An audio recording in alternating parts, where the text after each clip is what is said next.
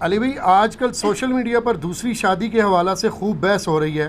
پاکستان کے قانون کے مطابق ایک مرد پہلی بیوی کی اجازت کے بغیر دوسری شادی نہیں کر سکتا، بلکہ صرف اجازت بھی ناکافی ہے، اس مرد کو مصالحاتی کونسل کے روبرو پیش بھی ہونا پڑے گا اور چیئرمین کی اجازت کے بعد ہی دوسری شادی کر سکتا ہے۔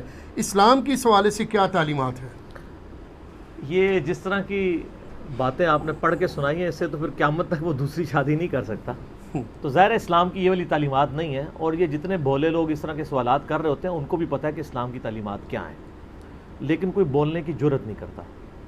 بہرحال میں اس کے اوپر دو چار باتیں ایک اولو العلم قائما بالقسط کے تحت انصاف پر قائم رہتے ہوئے، یعنی بالکل ایکسٹریم میں ریلیجس لوگوں کا بھی موقف اڈاپٹ نہیں کروں گا اور نہ بالکل ایکسٹریم سیکولر لوگوں کا۔ دونوں چیزوں کی اپنی جگہ اہمیت موجود ہے، لیکن اس کا بیلنس ہونا ضروری ہے۔ دیکھیں، یہ بات تو طے ہے کہ اللہ تعالیٰ نے قرآن حکیم میں ایک مؤمن مرد کو ایک وقت کے اندر 4 شادیوں کی اجازت دی ہے۔ سورۃ النساء کے اندر شروع ہی کے اندر اللہ تبارک و تعالیٰ نے اس کے بارے میں ارشاد فرما دیا، اور سورہ نساء کاش ہم پڑھنا سیکھیں، اور خصوصاً اپنی بچیوں کو اور عورتوں کو اس کو ضرور سورہ نساء کو کور کروائیں تاکہ ان کو احکامات پتہ چلیں۔ بلکہ کل میں نے جمعہ پڑھا ڈاکٹر فرحت ہاشمی صاحبہ کی مسجد میں H11 کے اندر اسلام آباد میں، تو ان کے ہسبینڈ سے ملاقات ہوگی، ڈاکٹر زبیر ادریس حفظہ اللہ تعالیٰ، بڑے جینٹل مین ہیں۔ تو اسی ٹاپک پہ میں ان سے ڈسکشن کر رہا تھا، تو پتہ چلا کہ انہوں نے سمر کورس شروع کروایا ہوا ہے 1 مہینے کا، 12 جون سے لے کے 12 جولائی تک، جس میں جو تھوڑی سمجھدار بچی ہیں ان کو وہ سورہ نساء مکمل کور کرواتے ہیں۔ جی، سورہ نساء کے اندر بے شمار مضامین ہیں، شرک کا ٹاپک بھی ایڈریس ہے، ایمانیات بھی ہے، منافقت کے اوپر بھی ہے، عورتوں کے احکامات بھی ہیں، معاشرے کے پسے ہوئے طبقے جو ہیں ان کے کیا حقوق ہیں، وہ ساری ڈیٹیلز ہیں۔ اور وہ بتا رہے تھے کہ زبردست بات کہ اگر آپ نے اس کورس کو جوائن کرنا ہے آپ کو سرٹیفکیٹ ملے گا، آپ اگر جوائن نہیں کرنا چاہتے یا چند ایک کلاسیں اٹینڈ کرنا چاہتے ہیں جب آپ کو ٹائم ملے، تو آپ اسی کورس میں پیچھے آڈینس کے طور پہ بیٹھ کے پورا کورس اٹینڈ بھی کر سکتے ہیں۔ سرٹیفکیٹ آپ کو نہیں ملے گا لیکن نالج تو پھر بھی مل جائے گا۔ جی، تو یہ چیزیں اگر ہم نے کور کی ہوتی نا، تو آج لوگوں کے لیے یہ سوالات کرنا عجیب و غریب معاملہ نہ بن جاتا۔ یہ دیکھیں سورہ نساء کی آیت نمبر ہے 3، اس میں اللہ تعالیٰ فرماتا ہے فَانْكِحُوا مَا طَابَ لَكُم مِّنَ النِّسَاءِ مَثْنَىٰ وَثُلَاثَ وَرُبَاعَ، پس نکاح کرنے کی اجازت ہے۔ ایک کانٹیکسٹ میں بات ہو رہی ہے، آج وہ ڈیٹیلز میں جانے کی ضرورت نہیں تمہیں، کہ تم عورتوں سے نکاح کر سکتے ہو 2 عورتوں کے ساتھ، 3 کے ساتھ، 4 کے ساتھ۔ فَإِنْ خِفْتُمْ أَلَّا تَعْدِلُوا، اور اگر تمہیں یہ ڈر ہو کہ تم ان کے درمیان انصاف نہیں کر سکو گے، فَوَاحِدَةً أَوْ مَا مَلَكَتْ أَيْمَانُكُمْ، تو پھر ایک ہی بیوی کے اوپر اکتفا کرو۔ ہاں، مگر جو ہاتھ کا مال یعنی کنیزیں، جو آج کل ایبسلیٹ ہو چکا ہے ایشو، اس زمانے میں تھا، وہ رکھ سکتے ہو، لیکن بیوی ایک ہی رکھو۔ ذَلِكَ أَدْنَىٰ أَلَّا تَعُولُوا، یعنی یہ اس چیز کے قریب ہے کہ تم حد سے تجاوز کر جاؤ۔ اس کے اگینسٹ یہ اللہ تعالیٰ نے تمہیں ایک سلوشن دے دیا کہ تم 2 بیویوں کے ساتھ، 3 کے ساتھ، 4 کے ساتھ ایک وقت کے اندر، اگر ان میں سے کوئی ایک فوت ہو گئی یا کسی کو طلاق دے دی تو پھر آپ کے پاس 3 آ گئی، پھر آپ ایک اور شادی کر سکتے ہیں۔ یہ نہیں کہ زندگی میں 4 شادیاں، اور یہ بھی صرف اجازت ہے، حکم نہیں ہے کہ 4 ضرور کرنی ہے، 4 کی گنتی پوری کرنی ہے، یہ اجازت ہے اسلام میں۔ اور ظاہر ہے اس کے اندر کئی ایک حکمتیں ہیں۔ آج بھی اگر آپ یورپ میں، امریکہ میں اور اسی طریقے سے رشیا میں ان کے فگرز لیں نا گوگل سے جا کے، تو لاکھوں میں نہیں، ملینز میں وومنز زیادہ ہیں مردوں کی نسبت۔ صرف یہ ہمارا پڑوسی ملک انڈیا ہے جہاں پہ مردوں کی تعداد عورتوں سے زیادہ ہے، باقی کسی ملک میں ایسا نہیں ہے۔ اور اس کے پیچھے ریزن یہ ہے کہ 8 سے 15 سال پہلے بھی یہ حالت تھی کہ روزانہ 3000 بچیاں پریگنینسی میں ضائع کر دی جاتی تھی، روزانہ۔ ظاہر ہے 1 ارب سے زیادہ آبادی ہے، 1 ارب میں تو 3000 جو ہے وہ آٹے میں نمک بھی نہیں ہے۔ جی، ارب پتہ ہے آپ کو کتنا فگر ہے؟ اگر روزانہ 24 گھنٹے آپ گنتے رہیں اور کوئی کام نہ کریں، نہ سوئیں نہ کھائیں نہ پئیں، تو 25 سے 30 سال چاہیے 1 ارب گننے کے لیے. تو 1 ارب سے اب تو 1.5 ارب کے قریب ان کی آبادی ہونے، اس میں 3000 کچھ بھی نہیں ہے. تو یہ کرتے کرتے کرتے اب یہ حالت ہو گئی ہے کہ وہاں پہ مردوں کی تعداد عورتوں سے زیادہ ہو گئی ہے. ادروائز پوری دنیا کے اندر عورتوں کی تعداد مردوں سے زیادہ ہے. اس لیے کہ عموماً ایکسیڈنٹس میں مرد ہی مرتے ہیں، جنگوں میں مرد ہی مرتے ہیں کیونکہ پریکٹیکلی نکلتے ہیں باہر. اس کے علاوہ بیماریوں کے خلاف جو ریزسٹنس عورتوں میں مردوں کی نسبت زیادہ ہے، اس لیے مرد زیادہ مرتے ہیں جلدی بنسبت عورتوں کے. کئی ایک اور ریزنز بھی ہیں. اس کی وجہ سے ایوریج ملینز کی تعداد میں، لاکھوں میں نہیں ملینز میں، عورتوں کی تعداد مردوں سے زیادہ ہے آل اوور دا ورلڈ. تو اب ان عورتوں کا کیا بنے گا، ان کا کیا پرسان حال ان کا کون ہوگا اگر ایک مرد کو ایک سے زیادہ اجازت نہیں ہوگی شادی کرنے کی، اور جو افورڈ بھی کر سکتا ہو. میں نہیں کہتا کہ جو ایک بھی نہیں افورڈ کر سک رہا تو وہ دوسری اور تیسری اور چوتھی کھڑکا دے. وہ ایک جعلی حدیث بھی انہوں نے مشہور کیا ہے کہ بندہ بہت غریب تھا، نبی علیہ السلام فرمایا شادی کرو، اور غریب ہو گیا، فرمایا ایک اور شادی کرو. خدا دا نہ آ جائے کوئی عقل کو ہاتھ، یعنی یہ تو لگتا ہے کسی کنوارے نے جس کی شادی نہیں ہو رہی تھی اس نے بیٹھ کے کہیں حدیث گھڑی ہے. یہ کہاں سے یہ حدیثیں ہیں؟ بخاری اور مسلم کے اندر حدیث موجود ہے. نبی علیہ السلام نے فرمایا اے نوجوانوں کے گروہ، تم میں سے جس کے پاس استطاعت ہو تو وہ نکاح کرے، اور جو استطاعت نہیں رکھتا تو وہ روزے رکھ کے اپنی شہوت کو ٹھنڈا کرے. تو یہاں استطاعت سے مراد فائنینشیل استطاعت ہے، دوسرے والی استطاعت نہیں ہے کہ وہ مرد ہے یا نہیں ہے. مرد تو ہے، پھر کس چیز کی استطاعت کہی جا رہی ہے کہ اگر استطاعت نہیں ہے تو روزے رکھ کے شہوت کو ٹھنڈا کرو، استطاعت ہے تو نکاح کر لو.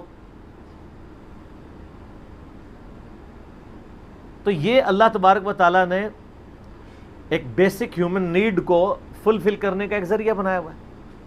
لیکن یہ بات یاد رکھیے گا، اسلام نے ایک بیوی رکھنے کی اجازت، یعنی 4 کی اجازت دی ہے، حکم نہیں دیا کہ ضرور 4 ہی کرنی ہے. اور ساتھ یہ بھی فرمایا کہ اگر تمہیں خدشہ ہو کہ تم انصاف نہیں کر سکو گے تو ایک عورت کے اوپر اکتفا کر لو، ایک عورت کے اوپر. بیسیکلی اسلام نے یہ پابندی لگائی تھی کہ 4 سے زیادہ شادیاں نہیں کر سکتے، کیونکہ اسلام سے پہلے لوگوں نے 20 سینکڑوں شادیاں کی بھی ہوتی تھی. حتیٰ کہ جب باپ مرتا تھا تو جو بڑا بیٹا ہے وہ باپ کی ساری بیویاں قابو کر لیتا تھا.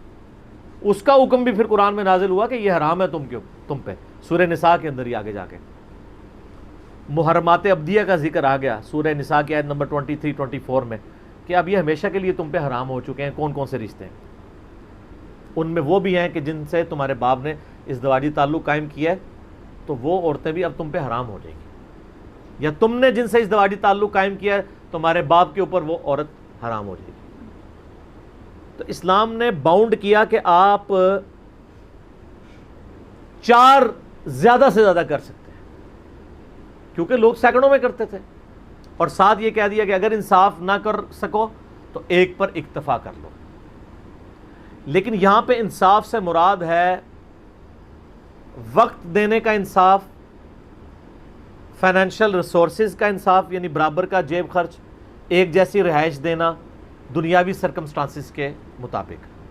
باقی جو دلی رجحان ہے وہ تو ظاہر ہے کہ انسان کسی کے بارے میں فیصلہ نہیں کر سکتا. جو عورت اچھے طریقے سے ریسیو کرتی ہے تو ظاہر ہے آپ کے دل میں اس کے لیے قدر آئے گی، اور جو آپ کو گالیوں کے ساتھ ریسیو کرتی ہے وہ چاہے کتنی خوبصورت ہو آپ کو اچھی نہیں لگے گی. یہ خوبصورتی اور یہ ساری کہانیاں جو ہے نا شادی سے پہلے ہوتی ہیں، شادی کے بعد تو بالکل کوئی اور ہی دنیا ہے. اس لیے میں کہتا ہوں یہ جو شادی ہے نا یہ ہاتھی کے دم ہے، اس کے پیچھے جو ہاتھی لگا ہوا ہے نا وہ شادی کے بعد نظر آتا ہے. پھر یہ ساری دم بھول جاتے ہیں لوگ، ٹھیک ہے نا. بہت بڑا ہاتھی ہے اس کے ساتھ. تو انصاف ان معاملات میں نبی علیہ السلام کے بارے میں صحیح حدیث کے اندر آتا ہے کہ آپ صلی اللہ علیہ وآلہ وسلم بھی کہا کرتے تھے اللہ میں اپنی طرف سے انصاف کرتا ہوں، باقی جو دلی رجحان کا معاملہ ہے تو میں تیری طرف رجوع لاتا ہوں. وہ ظاہر برابر تو نہیں ہو سکتا لیکن میں اپنی طرف سے کوشش کرتا ہوں. تو وہ اسی کی آپ کو مکلف ٹھہرایا گیا ہے، دلی رجحان کا مکلف نہیں ہے. خرچہ برابر کریں، رہائش ایک جیسی دیں، اس کا ہے. بلکہ اللہ تعالیٰ نے بڑی مہربانی فرمائی ہے، ورنہ تو کوئی شخص دوسری شادی ہی نہ کر سکتا. سورہ نساء کے اندر ہی آگے چل کے نا اللہ تعالیٰ نے اس ٹروتھ کو ریویل بھی کر دیا خود ہی، یعنی اللہ تعالیٰ نے بینیفٹ آف ڈاؤٹ دے دیا. آیت نمبر ہے 129. وَلَن تَسْتَطِيعُوا أَن تَعْدِلُوا بَيْنَ النِّسَاءِ وَلَوْ حَرَصْتُمْ، اور تم ہرگز عورتوں کے درمیان انصاف نہیں کر سکو گے چاہے کتنا ہی ہرس کر لو. صحیح. یہ اللہ تعالیٰ خود مان رہا ہے کہ نہیں کر سکو گے، تو پھر 4 کی اجازت کیوں دی ہے؟ تو اللہ تعالیٰ فرمایا کہ کیا کرو، فَلَا تَمِيلُوا كُلَّ الْمَيْلِ فَتَذَرُوهَا كَالْمُعَلَّقَةِ، تو پھر ایسا کرو کہ یعنی جتنی کوشش ہو سکتی ہے وہ تو انصاف کرو، لیکن ایسا نہ ہو کہ تم ایک ہی کی طرف جھک جاؤ اور باقی جو ہیں وہ لٹک جائیں ہوا کے اندر، معلقہ ہی ہوں کہ نہ وہ طلاق یافتہ ہیں اور نہ وہ مرد والی ہیں، یعنی ایک ہی بیوی کے ساتھ زیادہ قربت ہوگی اور باقی کو اس کے برے حال کے اوپر چھوڑ دیا. تو یہ کام نہ کرو. وَإِن تُصْلِحُوا وَتَتَّقُوا فَإِنَّ اللَّهَ كَانَ غَفُورًا رَحِيمًا، اور اگر تم یعنی اصلاح کی روش اختیار کرتے ہو اور تقوی کی روش اختیار کرتے ہو تو بے شک اللہ تعالیٰ بخشنے والا مہربان ہے. تو اللہ تعالیٰ نے سورہ نساء کے اندر خود ہی فرما دیا کہ تم انصاف تو نہیں کر سکو گے، بس یہ کر لیا کرو ایک طرف مکمل جھک نہ جاؤ، برابری اپنی طرف سے رکھنے کی کوشش کرو. تو اسلام نے ایک وقت میں ایک مرد کو 4 شادیوں کی اجازت دی ہے. ٹھیک ہے، تو اس اجازت کے لیے نہ تو کسی سپریم کورٹ کی ضرورت ہے، نہ کسی حاکم وقت کی ضرورت ہے، نہ کسی مصالحاتی کونسل کی ضرورت ہے، اور نہ پہلی بیوی کی اجازت کی ضرورت ہے. پہلی بیوی تو کوئی بہت مجبور بیوی ہو تو وہ اجازت دیتی ہے، جب اولاد نہ ہو رہی ہو تو وہ پھر ریکویسٹ کرتی ہے تم دوسری شادی کر لو، مجھے نہ چھوڑو. جس کے سارے معاملات سیدھے چل رہے ہوں تو وہ ایسی بیوی تو دریافت ہی کرنی پڑے گی دنیا میں کہ وہ دوسری شادی کی اجازت دے. تو یہ ایسا پاسبل نہیں ہوگا، قطعاً کبھی پاسبل نہیں ہوگا. باقی یہ جو گورنمنٹ نے یہ قانون بنایا ہے، پہلے تو تھا دوسری بیوی کے لیے پہلی کی اجازت کا، تو اس کی انٹینشن بری نہیں تھی، لیکن اسے حلال و حرام کے درجے پہ نہ فائز کر دیا جائے. وہ اس لیے کیا جاتا تھا کہ لوگ چھپا کے نکاح کیا کرتے تھے. تو سورہ نساء پڑھ کے دیکھیں گے اللہ تعالیٰ نے چھپی دوستی کو تو منع کیا ہے، چاہے وہ نکاح کی فارم میں بھی ہو، کیونکہ نکاح اعلانیہ ہوتا ہے اور زنا چھپ کے ہوتا ہے. جی. یہ نکاح کے اگینسٹ جو بخاری مسلم میں ولیمے کی سرمنی ہے وہ کیوں آئی ہے؟ تاکہ ڈکلیئر ہو کہ یہ دونوں میاں بیوی ہیں. اسی لیے حکم فرمایا ولیمے کی دعوت کا، بخاری مسلم میں آتا ہے نبی علیہ السلام نے. تو یہ چونکہ لوگ چھپ چھپا کے شادیاں کرتے تھے پہلی بیوی سے چھپا کے، اس کا نقصان کیا ہوتا ہے کہ جب خاوند مر جاتا ہے تو ڈکلیئرڈ بیوی تو ایک ہے، تو کیا وراثت میں اس بیوی کو حصہ نہیں ملے گا جو دوسرے والی ہے؟ اس کو بھی تو 1/8 ملنا ہے. جی.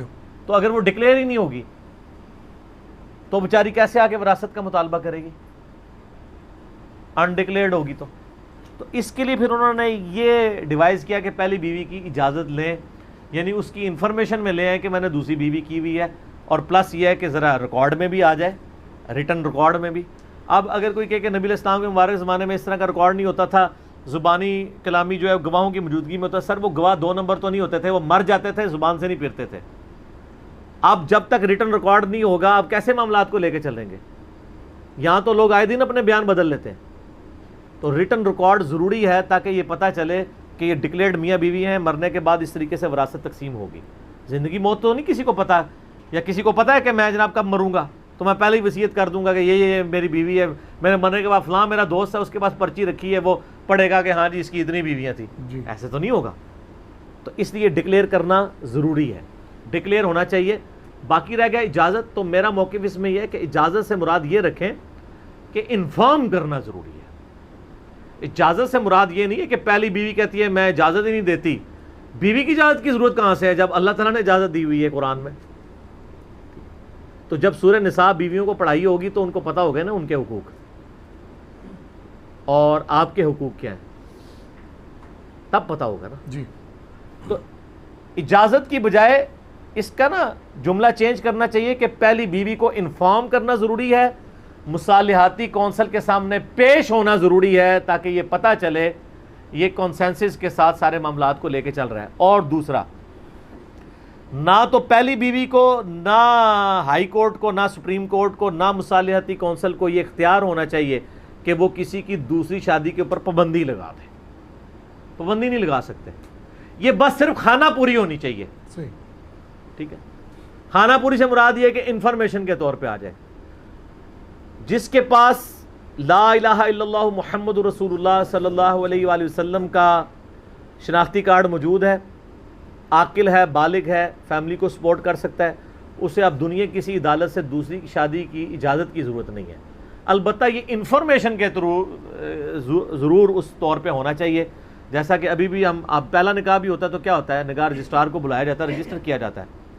تو اس کو اگر آپ یہ کہہ رہے ہیں کہ نکاح رجسٹرار کی اجازت سے نکاح ہو رہا ہے تو آپ بے شک اس کا اجازت لفظ رکھ لیں.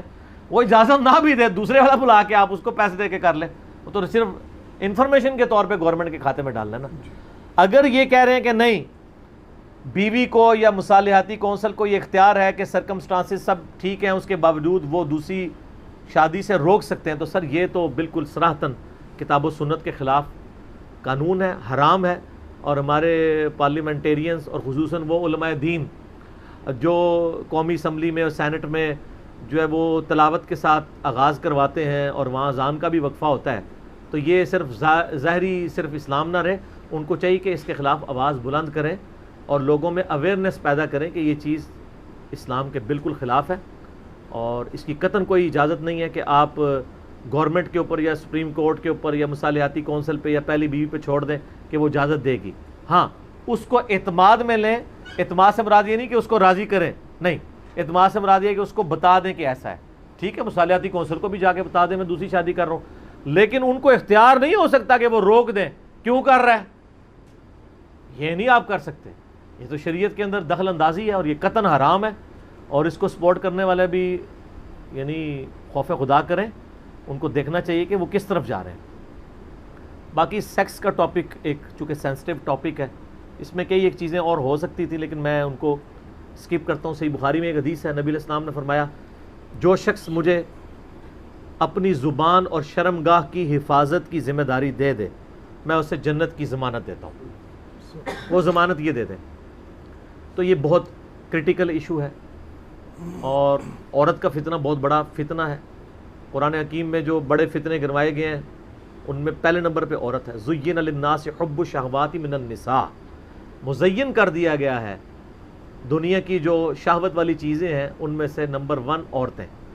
جو فرائیڈ ہے وہ صحیح کہتا ہے نا، سیکس سب سے امپورٹنٹ جذبہ ہے، کوئی شک نہیں ہے. صحیح بخاری میں حدیث ہے، نبی علیہ السلام نے فرمایا میں اپنی وفات کے بعد تمہارے لیے سب سے بڑا فتنہ عورت چھوڑ کے جا رہا ہوں. یہ فتنہ پنجابی والا نہیں ہے کہ عورتیں ختم کر دو. فتنہ سے مراد ہے آزمائش، کہ عورتوں کے ذریعے آزمائش کی جائے گی تمہاری. اب عورت کتنی بڑی آزمائش ہے. عورت اپنے خاوند کے لیے بھی آزمائش ہے، عورت اپنی اولاد کے لیے بھی آزمائش ہے، عورت اپنے ماں باپ کے لیے بھی آزمائش ہے، اپنے بھائیوں کے لیے بھی آزمائش ہے. تبھی تو یہ ظالمانہ غیرت کے نام کے اوپر قتل ہو رہے ہوتے ہیں. غلط ہیں بالکل، لیکن ایک عورت کے گرد سب کچھ گھوم رہا ہوتا ہے نا جی. تو اس لیے عورتوں کو اللہ تعالیٰ نے جہاں پہ اتنی ان کے ساتھ سختی والا معاملہ کیا ہے، دوسری طرف اللہ تعالیٰ نے ان کو پریویلیجز بھی بہت دیے ہیں کہ وہ بچپن پہ اپنے باپ کے اوپر ڈپینڈنٹ ہے، جوانی میں اپنے خاوند کے اوپر ڈپینڈنٹ ہے، بڑھاپے میں اپنی اولاد کے اوپر. اور سنن نسائی کے اندر حدیث موجود ہے صحیح سند کے ساتھ کہ نبی علیہ السلام نے فرمایا جنت تمہارے ماں کے قدموں کے قریب ہے. باپ کے قدموں کا تو ذکر نہیں ہے. عورت کو کتنا حق دیا ہے اللہ نے. اور بخاری و مسلم دونوں میں حدیث ہے، ایک صحابی نے پوچھا یا رسول اللہ صلی اللہ علیہ وآلہ وسلم میرے حسن سلوک کی سب سے زیادہ حقدار کون ہے میرے حسن سلوک کا مخلوقات میں سے؟ فرمایا تیری ماں. دوسری دفعہ پھر پوچھا، فرمایا تیری ماں. تیسری دفعہ پھر پوچھا، پھر فرمایا تیری ماں. چوتھی دفعہ کہا تیرا باپ. تو یہاں پہ دیکھ لیں ماں کے 3 درجے ہیں اور چوتھے نمبر پہ باپ کا درجہ ہے. باقی سیکس کے کریٹیکل ٹاپک کے اوپر میں نے ایک ڈیٹیل لیکچر ریکارڈ کروا دیا، مسئلہ نمبر 155. آپ یوٹیوب کے اوپر جا کے لکھیں گے 155 مسئلہ، یا آپ سیکس، نکاح اور اس طریقے سے الفاظ لکھ کے میرا نام انجینئر محمد علی مرزا لکھ دیں تو وہ سارے کے سارے کلپس، وہ ویڈیوز کھل جائیں گی. میں نے ڈیٹیل کے ساتھ ان ایشوز کے اوپر بات کی ہے. باقی اس حوالے سے جو میرا پوائنٹ آف ویو تھا میں نے عوام الناس کے سامنے رکھ دیا. جزاک اللہ.